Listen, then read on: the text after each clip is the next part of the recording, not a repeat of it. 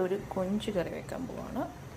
അതിന് വേണ്ടിയിട്ട് ഒരു ഹാഫ് തക്കാളി, കുറച്ച് സവാള അരിഞ്ഞത്, കൊച്ചുള്ളി അരിഞ്ഞത്, പച്ചമുളക്, ഇഞ്ചി ഗാർലിക് ചെറുതായിട്ട് അരിഞ്ഞത്, പിന്നെ ഒരു 1/2 കിലോ കൊഞ്ച്. ഇത് ഫ്രോസൺ കൊഞ്ച്, പീൽഡ് ആൻഡ് ക്ലീൻഡാണ്, അപ്പോൾ വലിയ പണിയില്ല. പിന്നെ ജിഞ്ചർ ഗാർലിക് പേസ്റ്റും. പിന്നെ ചട്ടി വെക്കുക. ചട്ടിയിലാണ് കൊഞ്ച് കറി വെക്കുന്നത്. അപ്പോൾ അതിനൊരു പ്രത്യേക ടേസ്റ്റാണ്. ഈ വെള്ളമായിട്ടിരിക്കുന്ന ഇതിൽ ക്ലോറിൻ വാട്ടർ ഉണ്ടതാണ്. അത് ഞാൻ ഇത് ഇരിഞ്ഞാലക്കുടയിൽ നിന്ന് ഇമ്പോർട്ട് ചെയ്തതാണ്.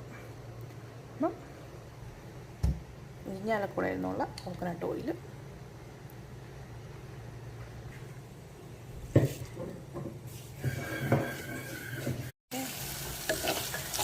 അതിനകത്തോട്ട് കൊച്ചുള്ളി, സവാള, ജിഞ്ചർ ഗാർലിക് പേസ്റ്റ്, ഉലുവ, കടുക് എല്ലാം കൂടി ഇട്ടിട്ട് നല്ലതുപോലെ വഴറ്റുക.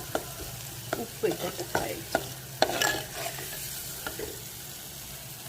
ഇച്ചിരി ഫിഷ് മസാല ഇട്ടുണ്ട്. ഫിഷ് മസാലയും നാട്ടിൽ നിന്ന് കൊണ്ടുവന്ന മുളക് പൊടി പൊടിച്ചത്, കുറച്ച് മഞ്ഞൾപ്പൊടി, ഇച്ചിരി പുളിവെള്ളത്തിലോട്ട് മിക്സ് ചെയ്യും. പുളിവെള്ളം വേണമെന്നില്ല, നമ്മൾ സാധാ വെള്ളമായാലും മതി. നമുക്ക് വെള്ളം ഉള്ളതുകൊണ്ട് മിക്സ് ചെയ്ത് അതൊരു പേസ്റ്റാക്കി അതിനകത്ത് കിടന്ന്. ഇപ്പോൾ നാട്ടിൽ നിന്നൊന്ന് എൻ്റെ പുളിയൊന്നും അറിയത്തില്ല. ഞാനൊരു 4-5 ചെറിയ പീസ് എടുത്തിട്ടുണ്ട്. പുളിയെല്ലാം ഇറങ്ങിക്കഴിഞ്ഞിട്ട് പുളി നമ്മളെടുത്ത് മാറ്റും. നമ്മുടെ കറിക്ക് നല്ലപോലെ ഇരിയും പുളി അത്യാവശ്യമാണ്. പുളിവെള്ളം ഒഴിച്ച് ഒന്ന് തിളപ്പിക്കാൻ വെക്കുക ഹൈ ഫ്ലെയിമിൽ. അത് തിളയ്ക്കുമ്പോഴത്തേക്ക് ആ സമയം കൊണ്ട്, ചെമ്മീനൊക്കെ ആവുന്ന സമയം കൊണ്ട് ഞാൻ കുക്കുംബറും വെള്ളരിയും ടൊമാറ്റോയും ഒരു തേങ്ങ അരച്ച കറിക്ക്, കാരണം എൻ്റെ ഹസ്ബൻഡിന് കറി നിർബന്ധമാണ്, തേങ്ങ അരച്ച കറിക്ക് വേണ്ടിയിട്ട് തിളപ്പിക്കാൻ വെച്ചു. എന്നിട്ട് ഞാനിത് അരച്ചെടുക്കുന്നത്, കാരണം കഷ്ണം കടിക്കുന്ന ഇഷ്ടമല്ല. അതുകൊണ്ട് കംപ്ലീറ്റ്ലി മിക്സിക്കകത്തിട്ട് അരയ്ക്കും.